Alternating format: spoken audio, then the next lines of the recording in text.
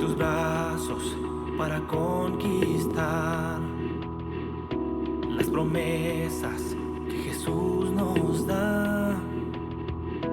Solo espera y tú verás el milagro que Cristo hará.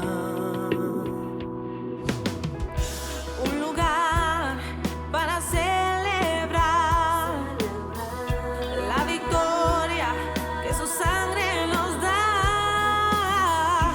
Solo confía y cree en Él, que en familia lo encontrará. Hay un lugar para todos, de familia de Dios.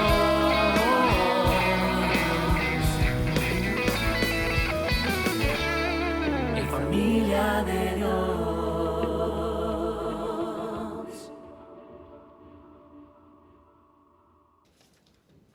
De acuerdo también a lo que el Señor quiere que prediquemos, que enseñemos y también a lo que acontece a nuestro alrededor.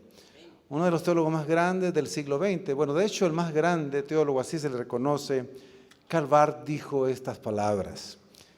El teólogo, el maestro de la palabra, debe tener la Biblia en una mano, leyéndola, estudiándola, pero en la otra mano debe tener el periódico, el diario, donde se anuncian las noticias de todo lo que acontece en el mundo.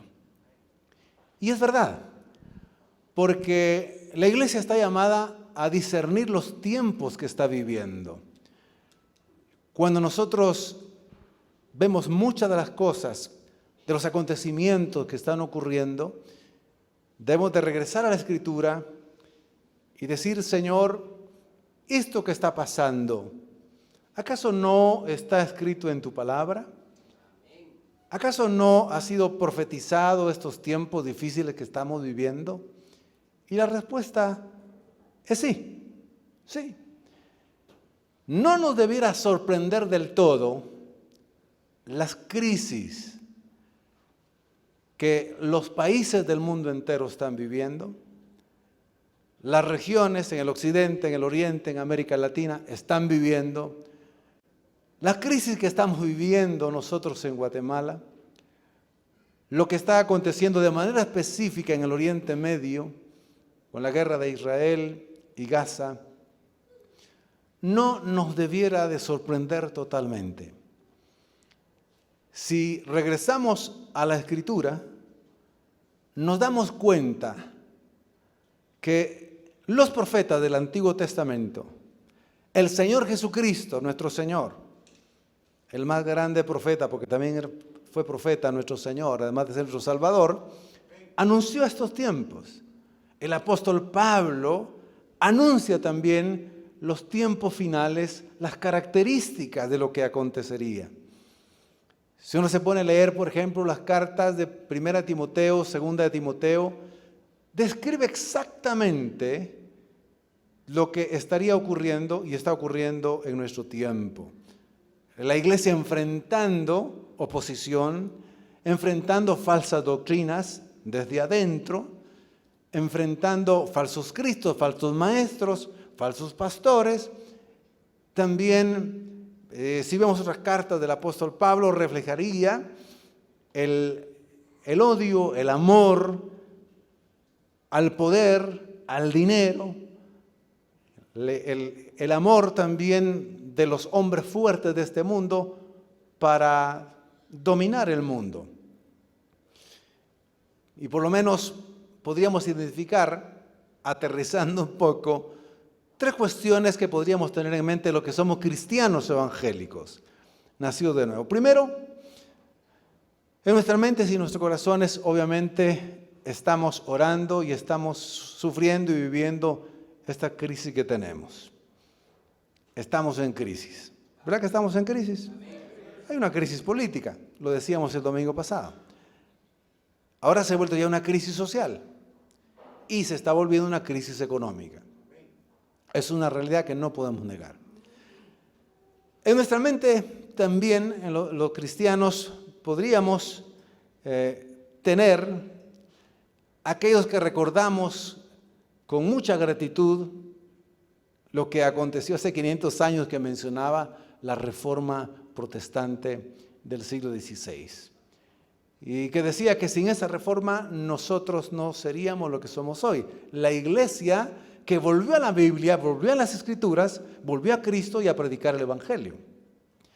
Pero estoy seguro también de que tenemos en mente los cristianos, nacidos de nuevo, los evangélicos, en el sentido de la palabra, lo que está ocurriendo con Israel.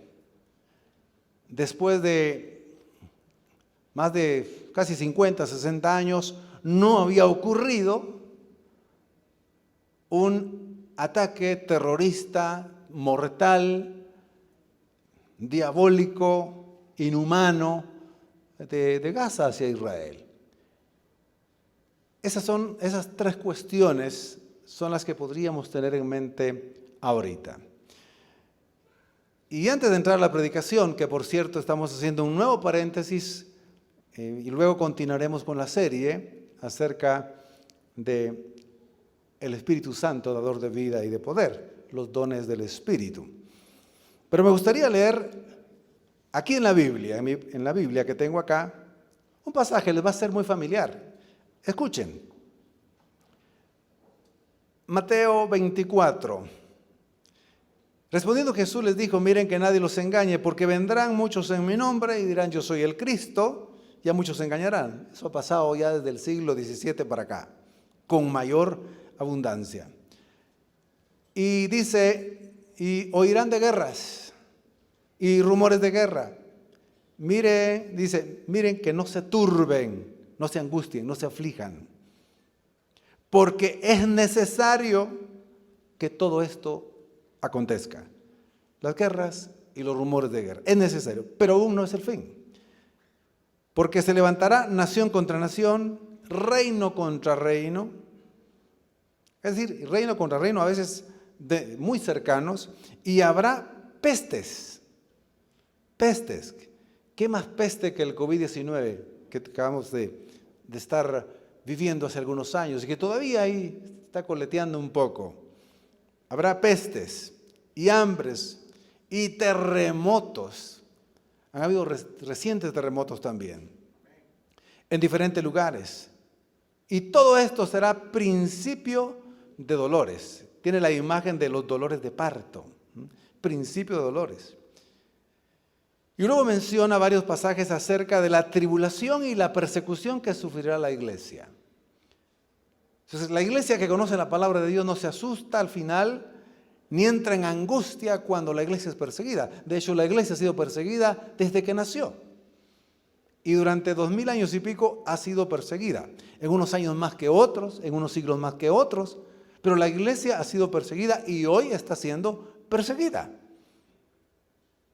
Con las nuevas ideologías, están en contra de los pastores que están predicando la verdad, o estamos predicando la Biblia, la iglesia sigue siendo perseguida. Habla que en estos últimos tiempos se multiplicará la maldad. ¿Usted cree que se ha multiplicado la maldad? Sí, por supuesto que se ha multiplicado. La maldad, el horror terrible, la maldad del hombre, del corazón del hombre. Y luego dice, bueno, y aquí empieza a meterse ya a acontecimientos antes de la venida o el retorno del Señor. Y dice, y será predicado este evangelio, versículo 14, del reino en todo el mundo, para testimonio a todas las naciones, y entonces vendrá el fin. Luego sigue diciendo, por tanto, cuando vean en el lugar santo la abominación desoladora, de que habló el profeta Daniel, el que le entienda, entonces los que estén en Judea, está hablando a Israel, Jerusalén, huyan a los montes. El que esté en la azotea no descienda para tomar algo de su casa. Y el que esté en el campo no vuelva para atrás a tomar su capa. Mas hay de las que estén encintas, de las que críen en aquellos días. Oren para que vuestra huida no sea en invierno ni en día de reposo. ¿Quiénes guardan el día de reposo? Exacto, los israelitas, sí. Y en Lucas, en el capítulo 23, versículo 21, cuando dice, en lugar de decir cuando vean la abominación desoladora, dice cuando vean a Jerusalén rodeada de ejércitos, y empieza a explicar, entonces vendrá la gran tribulación. Versículo 21, porque entonces habrá gran tribulación, cual no ha habido desde el principio del mundo hasta ahora, ni la habrá. Todavía no estamos en esos tiempos realmente de la gran tribulación, pero el principio de dolores ha comenzado. Ha comenzado, y cuando los dolores de parto, siguiendo ese ejemplo para entender esa verdad espiritual, comienzan, ya no se detienen hasta que se da a luz. Mis queridos hermanos, estamos en principio de dolores, pero que eso no nos angustie. Nuestra redención está cerca, dice la palabra. Sí, yo sé que la palabra tribulación no les gusta, ni a mí tampoco. Yo sé que la palabra crisis no nos gusta a ninguno, pero está escrito. Les decía que las crisis que se vivieron en la Reforma Protestante cuando recuperaron los famosos principios fundamentales bíblicos de la Reforma, tenían una crisis social terrible. Del mismo pueblo contra el mismo pueblo se estaban peleando, se estaban matando. Protestantes contra los que no eran protestantes, golpeándolos, tuvieron crisis social, tuvieron hambre, tuvieron persecución. Y en medio de eso, de esa crisis salió, pues triunfante la Reforma Protestante, que recuperó esos 5 principios de la Reforma que ya debiéramos irlos casi que aprendiendo de memoria. Dijeron, para comenzar, la sola Escritura, la sola Biblia y toda la Escritura es la única norma de autoridad en asuntos de fe, salvación, conducta. No los papas, no las tradiciones, no los concilios. Eso fue lo que dijo Martín Lutero. Ellos no tienen la autoridad espiritual, la Biblia tiene la autoridad espiritual. La sola Escritura.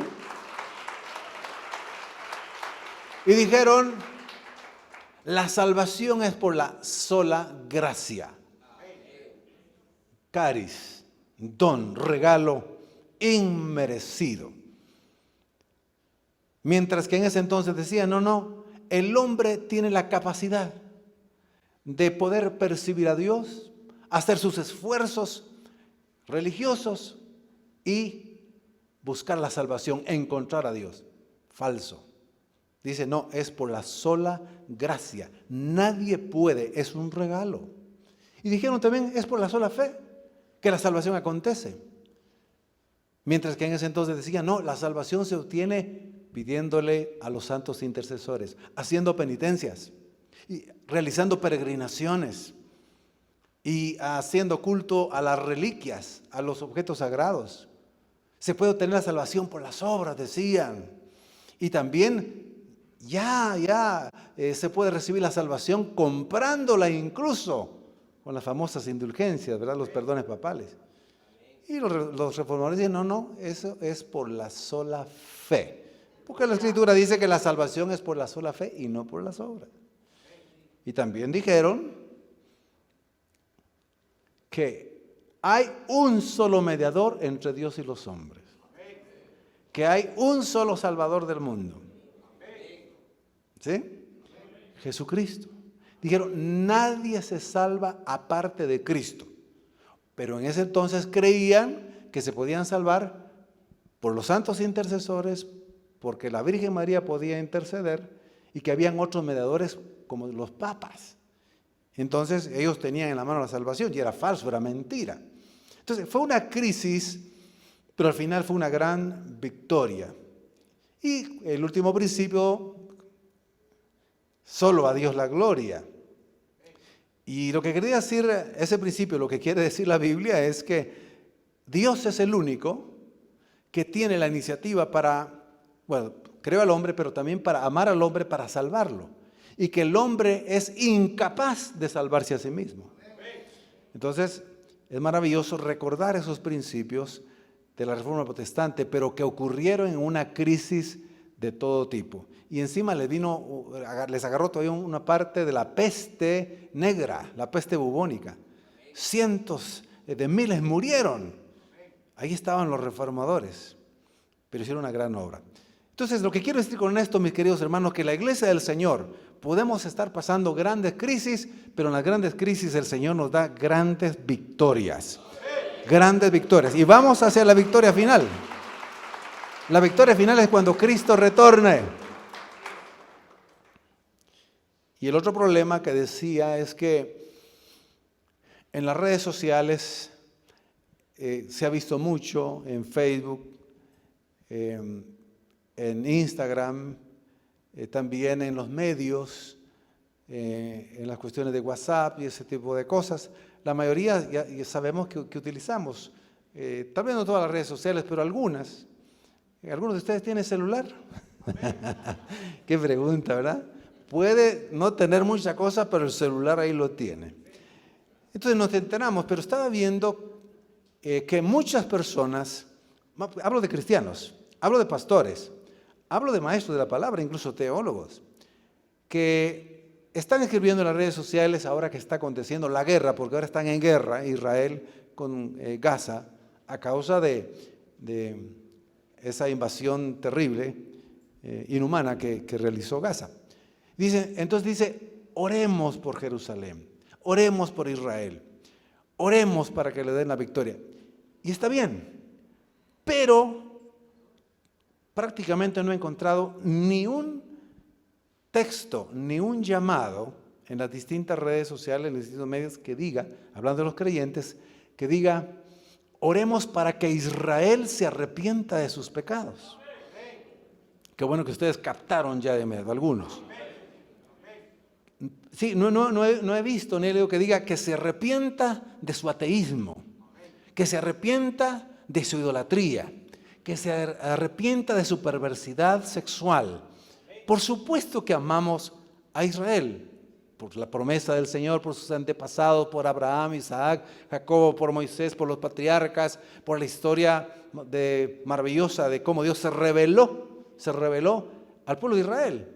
Le dio la promesa, le dio la ley, le dio el pacto y claro, tenemos que orar. Pero también si vemos en la Escritura, Israel, pese a que recibió todas esas bendiciones, el pacto, la ley, todo lo que Dios le dio, el pueblo de Israel, la mayor parte de veces, y la mayor parte del pueblo, no todos, rechazaron al Señor, se apartaban del Señor, apostataban de la fe, se volvían a la idolatría, se volvían a las costumbres de los pueblos extranjeros paganos.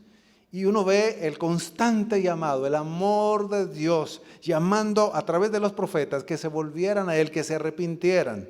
Porque al final era un pueblo que también algunos lo honraba de labios, pero su corazón estaba lejos de Él. Y le recriminó muchas cosas. 400 años estuvo el Señor llamando a Israel al arrepentimiento. Pero como lo quisieron, entonces el Señor dijo, yo por amor los voy a disciplinar y voy a llevarlos, yo los voy a llevar al cautiverio, por amor, para que se arrepientan. Y vino el cautiverio asirio, llevó a 10 tribus de Israel, las del norte. Y más adelante las otras 2 tribus pasaron algunos años y les decía el Señor a través de los profetas a Israel, les decía, ustedes por favor de Judá vuélvanse al Señor, ya vieron lo que pasó con las otras tribus que no se arrepintieron, que no se volvieron al Señor. Vuélvanse, arrepiéntanse de sus pecados. Y no se arrepintieron. Entonces vino el cautiverio de Babilonia, llevándose a las 2 tribus del sur, a la tribu de Judá, que finalmente se volvió una. Y estos, finalmente, en medio de la gran crisis, una parte se volvió al Señor, el Señor los regresó del cautiverio, los restauró, el Señor renovó el pacto con ellos, les enviaría el Mesías para que fueran liberados y salvos. Y sin embargo, cuando Jesucristo vino, el pueblo de Israel lo rechazó también. El pueblo de Israel se volvió otra vez a sus pecados, a su idolatría, y se volvió a los placeres de este mundo, a las cuestiones paganas. Y rechazaron a Jesucristo. El texto famoso de Juan 1:12. A los suyos vino y los suyos no le recibieron. Lo rechazaron. Mas a todos los que le recibieron les dio la potestad de ser hechos hijos de Dios. Ahí entró la iglesia, gracias a Dios, gracias al Señor. Pero cuando seguimos viendo, el pueblo de Israel siguió rechazando al Señor, no solo al Señor Jesucristo, a su iglesia. Por eso Jesucristo lloró frente a Jerusalén, el centro de Israel. Lloró antes de ser crucificado, diciendo estas palabras: Jerusalén, Jerusalén, ¿cuántas veces quise reunirte como la gallina reúne a sus pollitos, sus polluelos? Pero no quisiste. No reconociste el día de tu visitación. Jerusalén, que apedreas a los profetas, que matas a los profetas. Y desde el tiempo, y empieza a señalar a todos los profetas que mataron. Y a él también, a Jesucristo, también lo crucificaron.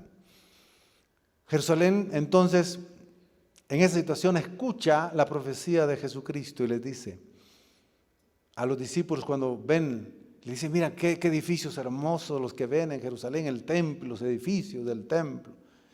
Y le dice: sí, pero es cierto, digo que ninguno de todo esto será destruido y no quedará piedra sobre piedra, a causa del rechazo de Israel hacia Jesús, a Jesucristo, el Mesías, el Evangelio, las buenas noticias.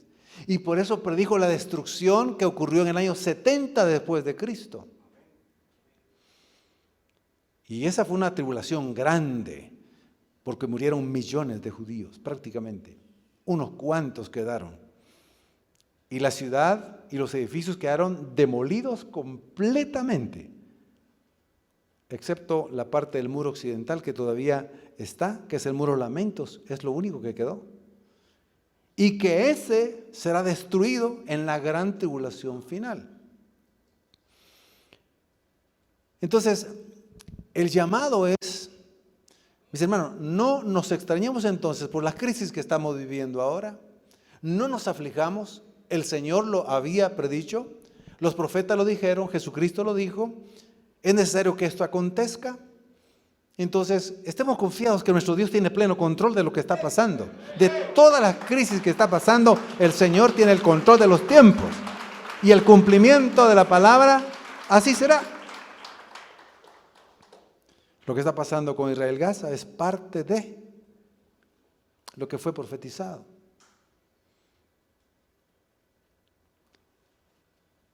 Es la verdad. Escuché esto de un hombre de Dios, ungido, me consta, consagrado, hace algunos años. Su madre judía, él de apellido judío, dijo estas palabras: yo como judío tengo la autoridad de decir lo que voy a decir. No crean los cristianos de que pensando en Jerusalén, en el Estado de Israel, por quien oramos y por todos los que no conocen a Cristo, él dijo: no crean que aman a Dios.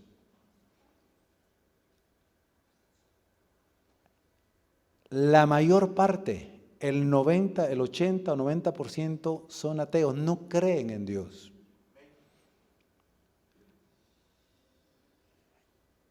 Es uno de los países donde más, bueno, y año con año, se realiza el equivalente a Miss Universo, pero en Miss Universo gay, año con año. Él dijo: yo siendo judío, puedo decir que es el país más pervertido que existe ahora. Por eso, ahora, eso no quiere decir, diría Pablo, que Dios haya rechazado al Israel físico por sus antepasados, porque hay una promesa. Pero la promesa que tienen es que finalmente una parte, no todos. Así dice, si usted lee, tal vez le gustaría leer hoy en la noche el capítulo 9, 10, 11 y 12 de Romanos. Con que lea esos 4, va a entender claramente cuál es la situación del Israel físico y como Pablo dice, me duele tanto que mis hermanos no estén siendo salvos y hayan rechazado las buenas noticias del Evangelio. Yo mismo quisiera ser apartado, anatema, para que ellos fuesen salvos. Y empieza a describir, pero yo sé, dice que Dios finalmente, hasta que entren todos los gentiles, Israel será salvo. Pero el texto dice, pero no todos serán salvos. Entonces, mis hermanos, entendamos, y aquí voy ya a la predicación. Hoy la introducción es más grande y la predicación es más cortita.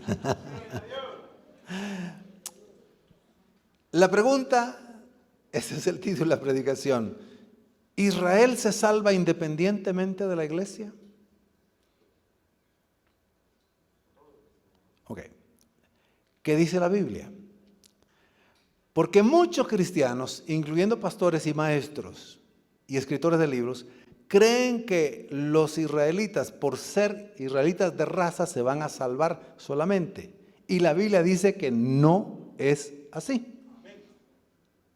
No es por raza que se salva.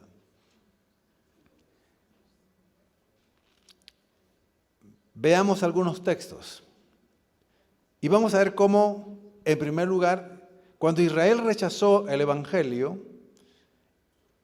eso mostró quiénes son los verdaderos israelitas. Escuche bien. Dios había dicho a Abraham, en ti serán benditas, en tu simiente serán benditas todas las naciones. Y en tu descendencia, pues todas las naciones recibirán salvación, interpretando el texto. Hoy lo que dice Romanos 9, 6, 8 en esta traducción. Dice, ahora bien, está hablando Pablo, no estoy diciendo que la palabra de Dios haya fallado, porque no todos los que descienden de Israel, ¿qué dice? Son israelitas en el sentido de pueblo escogido espiritual. No todos los que descienden de Israel, o sea, de raza, son israelitas en el plan de salvación espiritual. Sigamos leyendo. 7. Ni todos los descendientes, físicamente hablando, de raza, de Abraham son verdaderamente sus hijos, espiritualmente hablando, hijos de Dios. Pues dice, tu descendencia vendrá por medio de Isaac. Siguiente versículo. Esto significa que los hijos de Dios no son los descendientes. Así dice la Reina Valera contemporánea. Esto significa que los hijos de Dios no son los descendientes naturales de raza, israelitas, sino aquellos que son considerados descendientes según la promesa que en Isaac, en tu simiente, serán benditas todas las naciones y en tu simiente, pues habrá salvación. Y el Evangelio, Pablo aclara que, y esa simiente es Cristo, que viene, por supuesto, si vemos la genealogía, llega hasta Abraham y llega hasta Isaac.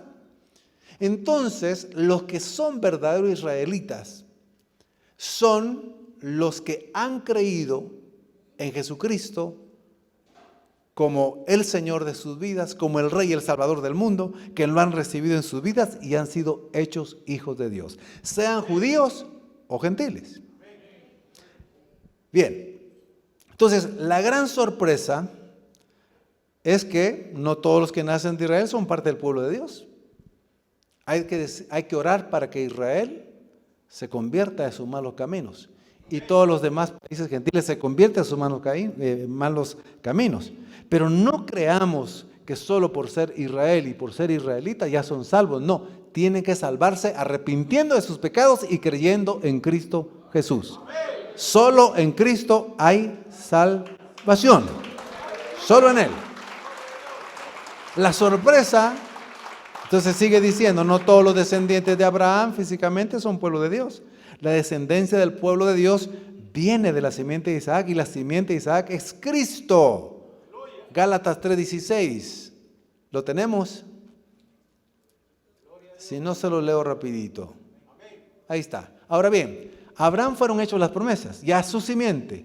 No dice, y a las simientes, como si hablase de muchos, sino como de uno, y a tu simiente, la cual es Cristo. Aleluya, de verdad, gloria a Dios. Entonces, los que creen en Jesucristo son la verdadera descendencia de Dios, no los que nacen físicamente en Israel. Ahora, el trato de Dios con Israel actual es el que ha tenido siempre. Hablo del Israel físico, amor y disciplina. Pero también con la iglesia.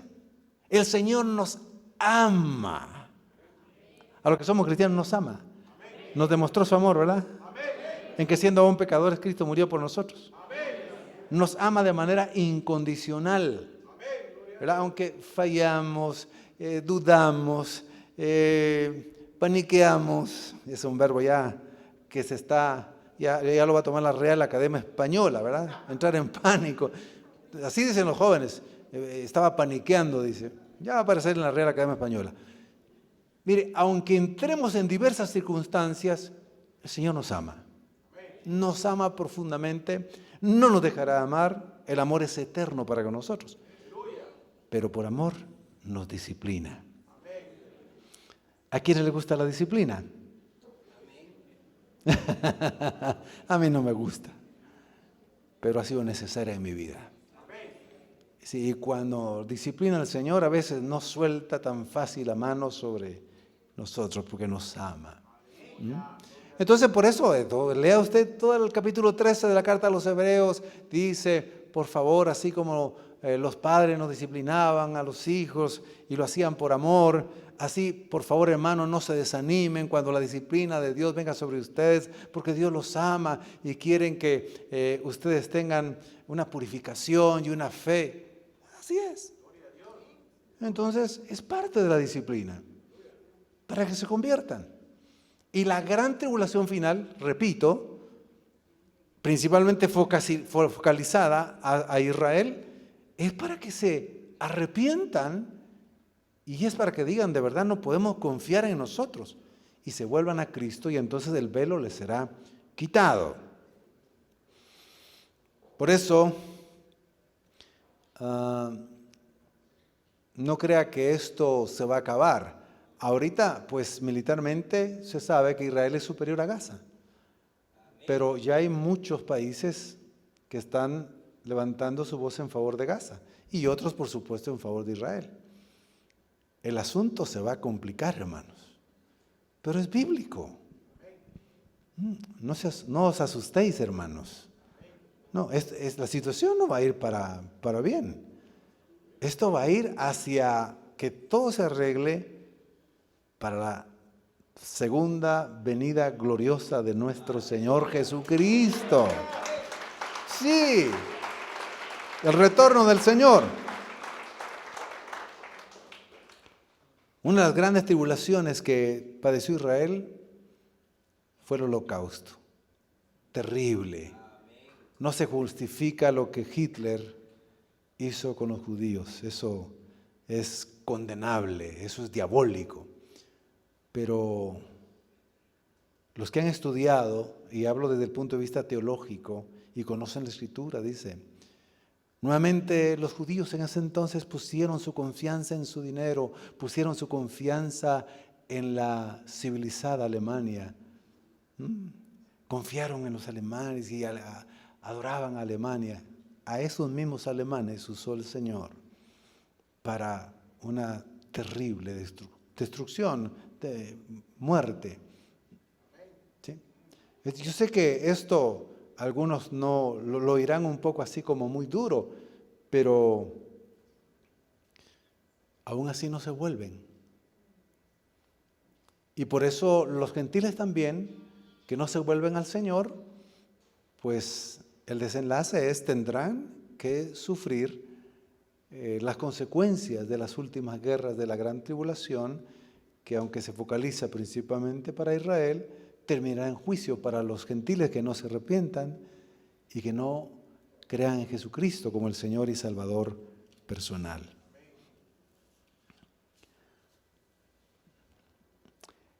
Vemos en el texto, en otro texto del mismo capítulo 9 de Romanos, capítulo 9, versículos 9, 10, 11, 12, 13. No los voy a leer, pero voy a explicarlos por el tiempo.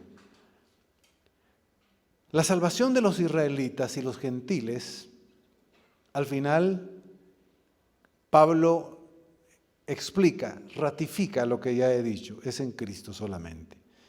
El versículo 9 de Romanos 9 dice, explicando, la promesa de salvación era el hijo de Sara, ya lo vimos, no Ismael.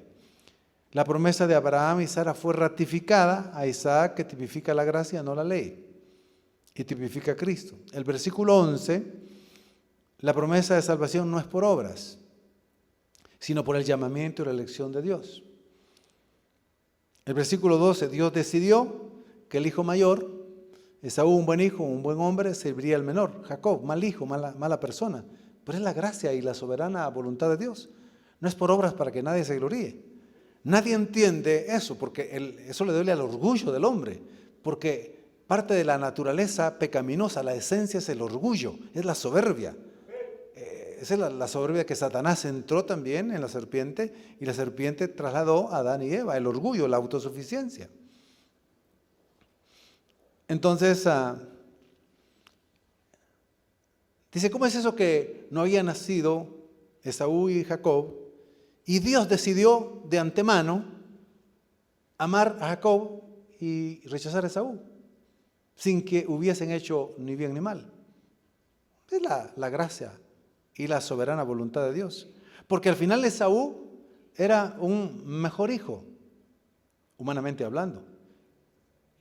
Jacob era terrible, hermanos. ¿Qué quiere decir la palabra, el nombre de Jacob? Usurpador, tramposo, mentiroso, engañador, chismoso. Eso ya se lo agregué yo, hermano. Pero por ahí va. Este era terrible. Y la gracia de Dios dijo, sí, a Jacob amé. Pero cuando está diciendo a Jacob amé, está diciendo amé a todos los pecadores. Por eso es que la gracia de Dios también vino sobre nosotros, que somos exactamente igual que Jacob. No cometimos exactamente los mismos errores, pero ahí vamos, por ahí vamos. Pecadores, mentirosos, tramposos, amadores de sí mismos. Estos pecados son los que no se resaltan, pero son los más peligrosos. El orgullo, la autosuficiencia, la soberbia, el que quiere salirse siempre con la suya, el mentiroso, el chismoso, el calumniador, el lujurioso. Esos pecados son de muerte, pero eso no se menciona mucho. Y los predicadores somos responsables de eso, los pastores somos responsables. ¿Por qué? Porque incluso dentro de la iglesia, dentro del pueblo del Señor, se le pone disciplina al hermano que cayó en tentación y se tomó unos tragos, en disciplina. ¿Y al chismoso qué? ¿Usted vieron alguna vez en alguna iglesia un año de disciplina por chismoso? Yo no. A usted hermano, un año de disciplina por lujurioso, como mira a las hermanas usted. Ahí andan, va de ver a las hermanas, los hermanos, y no les ponen disciplina. Y la soberbia, y la lujuria, y la avaricia, y la codicia. Disciplina al hermano porque alaba al Señor, adora al Señor, pero no se le cae ni un quetzal para la ofrenda. Disciplinado, avaro. Ahí dice que muchos dicen que aman a Dios y no dan nada a la obra. Bueno, digo mucho, pero yo sé que aquí no hay de verdad. Yo sé que ustedes aman al Señor. Pero sale a que hice una aplicación a que Dios dice, mi gracia es así. Y esa gracia la mostró Dios con los gentiles. Pecadores, blasfemos, paganos, pero no teníamos orientación desde remontándonos a los gentiles, ¿verdad? A los que no eran judíos. No se nos dio la ley, no se nos dio el pacto, no se nos dio los mandamientos, no se nos dio toda la revelación y los milagros no se nos dio. Entonces andábamos más perdidos que la Llorona. Estábamos perdidos. No, que el hijo de la Llorona, ¿verdad? Estábamos perdidos. Pero el problema es que los judíos, sabiendo eso, los israelitas, teniendo todos esos privilegios, aún así rechazaron al Señor. Entonces, la gracia del Señor vino sobre los gentiles y ha venido sobre nosotros, que nos vemos representados en un Jacobo, en un pecador. En el versículo 13, Dios elige amar a Jacobo y rechazar a Esaú desde antes que nacieran. Pero aquí no se refiere solo a los individuos, sino a dos pueblos que representan. Ya lo vamos a explicar. Así que la otra verdad que encontramos, hablando de que Israel no se va a salvar independientemente de la iglesia, sino es en la iglesia que encuentra salvación. Porque la iglesia es el cuerpo de Cristo, es en Cristo.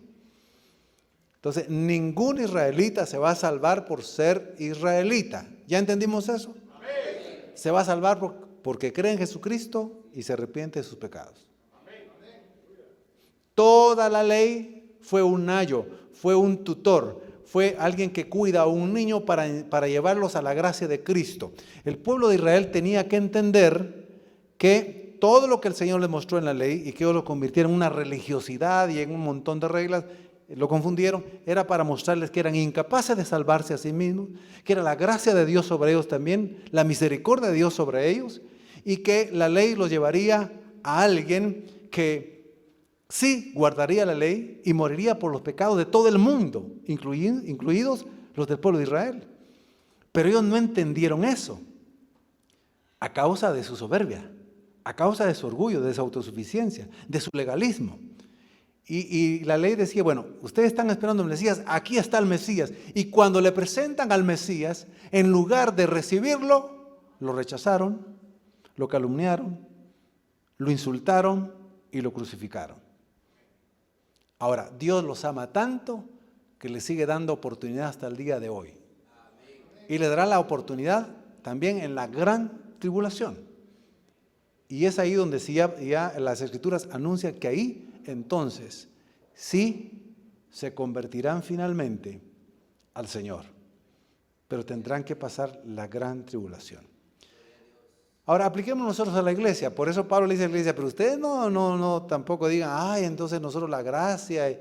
No, tengan cuidado, ustedes ya saben que por pura gracia son salvos, así que por favor no pequen, por favor busquen al Señor, por favor anden con cuidado en sus caminos, porque si Dios disciplinó tan fuerte, estoy interpretando el texto, a Israel, lo hará con ustedes también.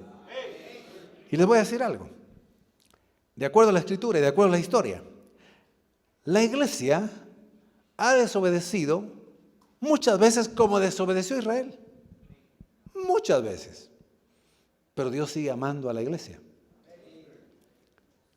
Buena parte de la iglesia a lo largo de la historia se desvió, no amó al Señor de corazón, empezó a adorar a Dios de labios y no de corazón, se desviaron, se corrompieron.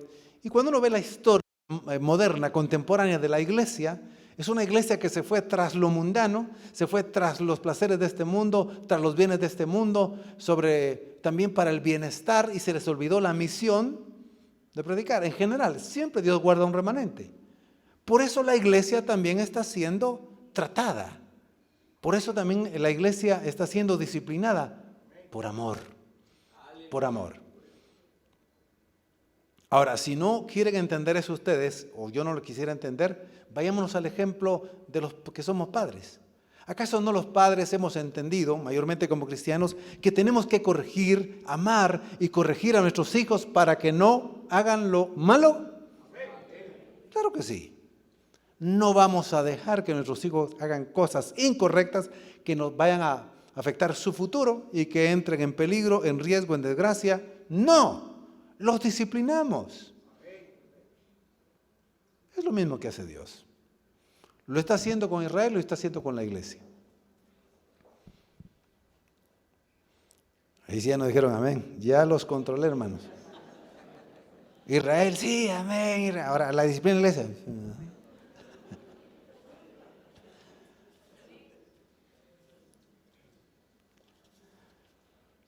Pero Pablo dice a Israel y le dice a los gentiles, vean, cómo Dios muestra el Evangelio no había sido revelado en el Antiguo Testamento. El Evangelio de gracia, la buena noticia. Evangelio, se recuerdan, quiere decir las buenas noticias del reino de Dios. Las buenas nuevas del reino de Dios. El Evangelio se revela por fe y para fe. Dice Romanos 1:17. Revela que el Evangelio es lo que Dios había diseñado para que en el Evangelio, por gracia, por misericordia, por amor, fuesen salvos tanto judíos como gentiles. Pablo le dedica mucho tiempo a esa verdad, le llama misterio al principio. Pablo en la primera carta a Romanos, en los primeros capítulos, dice el Evangelio que no había sido revelado en tiempos antiguos, dice. Y en la carta a los Efesios, Pablo explica muy bien ese misterio. En la carta a los Efesios, que tiene muy pocos capítulos. ¿Cuántos capítulos tiene la carta a los Efesios? Tiene 6. 6. Eso lo puede leer uno en 30 minutos. 30 minutos. Ahí encuentra uno. El tema que predomina allí es acerca de ese misterio de la iglesia que de dos pueblos hizo uno. Un nuevo pueblo que se llama la iglesia, de judíos y gentiles. Y aparecen frases como estas, que la iglesia es el templo santo del Señor, que la iglesia es el cuerpo de Cristo, la iglesia es la gran familia de Dios, Efesios 2:19, que es el pueblo santo. Eso es lo que esas frases destacan allí en la carta a los Efesios. Y Pablo explica este misterio de cómo el Señor había planeado de que de esos dos pueblos se hicieran uno. Los gentiles estaban sin Cristo, sin esperanza, sin consuelo, sin promesa, pero la gracia de Dios los alcanzó a causa del rechazo del Evangelio, pues el Evangelio se extendió a los gentiles y estos creyeron y fueron salvos. Entonces se convirtieron en conciudadanos del reino de Dios, los santos. Escuche lo que dice Efesios 2:19, puede leerlo en la pantalla también. Por eso ustedes, le dice Pablo a los hermanos, ya no son extranjeros, judíos, gentiles, ya no están fuera de su tierra, sino que ahora comparten con el pueblo santo los mismos derechos y son miembros de la familia de Dios. Pero son miembros en la familia de Dios, ¿quiénes? Los judíos, los gentiles, pero en Cristo. Todo esto es posible por la obra de Cristo. La muerte redentora y la resurrección justificadora de nuestro Señor Jesucristo. Gloria a Dios. Bendito sea el nombre del Señor. Efesios 3:6. El designio secreto es este, así dice esta traducción, que por el Evangelio de Dios, la buena noticia de Dios, llama a todas las naciones a participar en Cristo, que se salven en Cristo Jesús, de la misma herencia, del mismo cuerpo y de la misma promesa que el pueblo de Israel. La promesa que se cumplía en Cristo y que Cristo formaría la iglesia. Y que ya la salvación no sería solo los judíos, sino los gentiles, pero por la fe. Maravillosa noticia para los gentiles. Que no les gustó a los judíos, es cierto. Y que los provocó a celos, es cierto, dice Pablo. Pero ni aún, dice más adelante, si siendo provocados a celos, ni aún así se convierten, entonces vendrá disciplina para el pueblo físico de Israel. Pablo ha explicado que el cuerpo es la iglesia. Efesios 1, 22, 23, por favor, dice así. Y sometió todas las cosas bajo sus pies y lo dio por cabeza sobre todas las cosas a la iglesia. 23. La cual es su cuerpo, la plenitud de aquel que todo lo llena en todo. Entonces amplía que toda la familia espiritual, allí, en los cielos y en la tierra, toma el nombre de Cristo. Y agrega que por la obra de la cruz, tanto los judíos de raza como los gentiles forman un solo pueblo llamado iglesia. Finalmente, Efesios 2, 14, 16. Porque Él es nuestra paz, Jesucristo, que de ambos pueblos, judíos y gentiles, hizo uno, un nuevo pueblo que se llama Iglesia. ¿Sí? ¿Cómo se llama el nuevo pueblo? Iglesia. Que también espiritualmente se llama el Nuevo Israel, pero realmente el nombre más bíblico es Iglesia. Que de dos pueblos hizo uno, derribando la pared intermedia de separación. 15. Aboliendo en su carne, en la muerte de cruz de Cristo, las enemistades de la ley y de los mandamientos expresados en ordenanzas, para crear en sí mismo de los dos un solo y nuevo hombre. Es decir, la iglesia, ese nuevo hombre es la iglesia, es una nueva humanidad, la nueva creación. Ese texto lo que quiere decir ahí, de los dos creando un nuevo hombre, es una nueva humanidad, un nuevo pueblo, nuevas criaturas que son la iglesia de Cristo. Está formada por cada uno de los que hemos creído en el Señor como Salvador y Salvador personal. Muy bien, haciendo la paz. Versículo 16. Y mediante la cruz reconciliar con Dios a ambos en un solo cuerpo, matando en ella las enemistades. Así que hemos respondido a la pregunta ya de la predicación. ¿Israel se salva independientemente de la iglesia? No. Es en la iglesia y es por medio de Cristo Jesús. Y se van a convertir los que todavía no se han convertido, porque ciertamente cuando se fundó la iglesia, ¿quiénes fueron los primeros que formaron la iglesia? ¿Eran judíos o gentiles? Judíos, claro. Los judíos que creyeron en Cristo formaron la primera iglesia y dejaron el judaísmo y se convirtieron en la iglesia del Señor. Entonces, los últimos judíos de raza se van a convertir en la gran tribulación, que no es todavía. Estamos en principio de dolores. Ahora, lo de los principios de dolores, cuando oyeron eso los discípulos, estaban algo así como ustedes. Y dijeron, pero no. Dice, erguíos, levanten el pecho, levanten la cabeza, con fe, con esperanza, porque la redención entonces estará muy cerca. Es decir, la redención definitiva. La salvación definitiva. Pónganse de pie, mis queridos hermanos.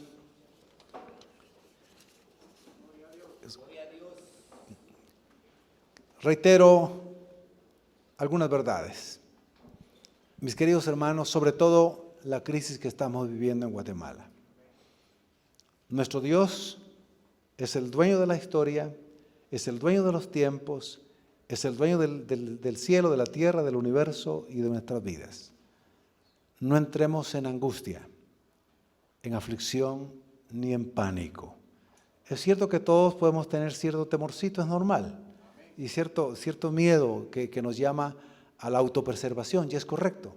Tenemos que tener, es decir, eso es saludable, Dios lo dejó ahí también, pero no entremos en angustia. El Señor no nos dejará, el Señor no nos desamparará, el Señor está con su iglesia y por su iglesia. Y con su iglesia saldremos adelante de esta crisis. No sé cómo, pero el Señor sabe cómo. Y en Él pongamos toda nuestra confianza. Nuestra vida le pertenece a Él. La iglesia le pertenece a Él. La iglesia es indestructible. Nuestro futuro final es glorioso, es maravilloso. Así que con fe, con esperanza, nuestra confianza en Cristo. Mis hermanos, cuando nuestra fe empiece a vacilar, a titubear, regresemos a leer la Escritura. Leía anoche, aparte de la predicación, leía un texto de la Escritura. Hermosa palabra. Cuando uno lee seguido la Biblia, ¿verdad? Dice, pues este pasaje ya lo leí, pero lo voy a leer, pero hermoso cuando resaltan las promesas para lo que hemos confiado en Él. Entonces, atengámonos a la palabra, creamos la Biblia, creamos las promesas del Señor en medio de esta crisis. La palabra de Dios no falla. Entonces, aferrémonos a la Escritura y no dejemos de testificar y predicar el Evangelio. La iglesia, cada vez que entra en crisis, comienza de nuevo a evangelizar, a predicar, a testificar. Así que oremos, pero también evangelicemos. Sobre todo a los amigos, compañeros, a los familiares, a los que tenemos acceso y todavía no son creyentes. Usted dígales algo así: mire, está viendo todo lo que pasa, usted no se quiere arrepentir de sus pecados. Arrepiéntese, ¿verdad? El Señor lo ama, mire lo que está pasando. Si usted muere, no irá al cielo. Hay que hablarle así algo claro también, con amor. Las crisis deben ser aprovechadas. Y nada más repito que de las grandes crisis que hubo en la Reforma salió triunfante. Crisis terribles. Crisis de salud, la peste, crisis religiosas, confrontaciones, crisis económicas, crisis políticas. La verdad triunfó, porque la verdad siempre triunfa y la verdad nos hace libres. Amén y amén. Vamos a orar. Oremos un momentito. Bendito Dios y Padre, hemos visto tu gloria, Señor, en la palabra. Hemos visto, Señor, que tu amor nunca deja de ser, que tus misericordias son nuevas cada mañana, que tu fidelidad es grande. Hemos visto, Señor, cuánto amas a Israel y oramos para que se conviertan de sus malos caminos, que se conviertan de la idolatría porque tienen sus ídolos, que se conviertan del ateísmo en que viven, que se conviertan, Señor, de la perversión sexual de acuerdo a tu palabra. Señor, que dejen de perseguir a la iglesia, a los cristianos, que se arrepientan. Oramos por Israel. Señor, oramos por los gentiles, por aquellos que no te conocen, por aquellos que sufrirán también consecuencia de la guerra, Señor, responsables de sus actos también, porque han sido, Señor, con un corazón tan malvado al actuar de esa manera. Te pedimos misericordia por ellos también, que se vuelvan a Cristo, que el Evangelio llegue a los corazones, Señor. Y Padre, que en esta crisis que estamos viviendo, Señor, tu Evangelio, tu iglesia permanezca fiel a ti, fiel a tu palabra, fiel a su misión. Que no olvidemos que somos la sal de la tierra, tú lo dijiste. Que somos la luz del mundo, tú lo dijiste. Tú eres la luz del mundo, Jesucristo. Tú eres la sal de la tierra, Jesucristo. Pero nos dijiste a nosotros también que eso éramos. Señor, que los demás vean que la iglesia cristiana evangélica se comporta de acuerdo a la Escritura. Que ama a Cristo. Que va por la palabra. Que va por el reino. Que va por la misión que le ha sido encomendada. Eso es nuestro papel en estos tiempos difíciles. Y confiamos que nos guardarás, Señor, y nos sustentarás. Conoces nuestros problemas grandes y pequeños. Algunos lo han puesto ya en el altar, en tu presencia. Señor, ponemos los problemas, ponemos lo que nos inquieta, ponemos lo que nos afecta, ponemos las enfermedades, Señor, que nos asedian en tus manos. Ponemos nuestras vidas en tus manos, Padre Santo, Jesucristo, Espíritu Santo. En ti estamos confiados. Gracias, Padre. Gracias, Jesús. Gracias, Cristo. Señor, tú sabes lo que vendrá en los siguientes años en Guatemala. Nosotros sabemos qué pasará al final de la historia porque lo dice tu palabra. Pero que la iglesia valore, que nosotros valoremos el tesoro del Evangelio y que valoremos el compartirlo y que valoremos, Señor, los dones que nos has dado y que amemos, Señor. Amemos.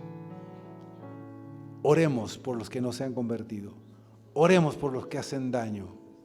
Oremos, Señor, por los errores, equivocaciones. Que Guatemala se vuelva a ti. A Israel le ha costado mucho, Señor, el no volverse a ti. Que Guatemala se vuelva a ti. Y que la iglesia se vuelva una iglesia más purificada, más santa, más en sumisión, Señor. Y no con cosas del mundo, ni las cosas de este tiempo que estamos viviendo. Así sea. Y si hay alguna persona que has traído que no es salva, este es el tiempo de salvación. Ahora que ha escuchado la palabra del Señor, este es el tiempo de salvación para usted. Si alguien está aquí y no ha recibido a Jesucristo como Señor y Salvador, y si alguien está viendo a través de las redes sociales o escuchando a través de Radio Exclusiva, por favor entregue su vida a Cristo. Sea salvo para la eternidad. Y Él estará con usted en los tiempos difíciles que estamos viviendo. Si alguien va a hacer la oración por primera vez, diga conmigo esta oración de fe. Creo en ti, Jesucristo. Eres el Mesías, el Rey, el Salvador del mundo enviado. Te recibo en mi vida para que me hagas hijo de Dios. Me arrepiento de todos mis pecados, de todas mis maldades. Te confieso como mi Señor Jesucristo. Creo en mi corazón que resucitaste de los muertos al tercer día y ascendiste a los cielos. Gracias por amarme, tenerme tanta paciencia y salvarme hoy. Amén. Abre tus brazos para conquistar las promesas que Jesús nos da. Solo espera y tú verás el milagro que Cristo hará. Un lugar para celebrar la victoria que su sangre nos da. Solo confía y cree en Él, que en familia lo encontrará. Hay un lugar para todos, de familia de Dios.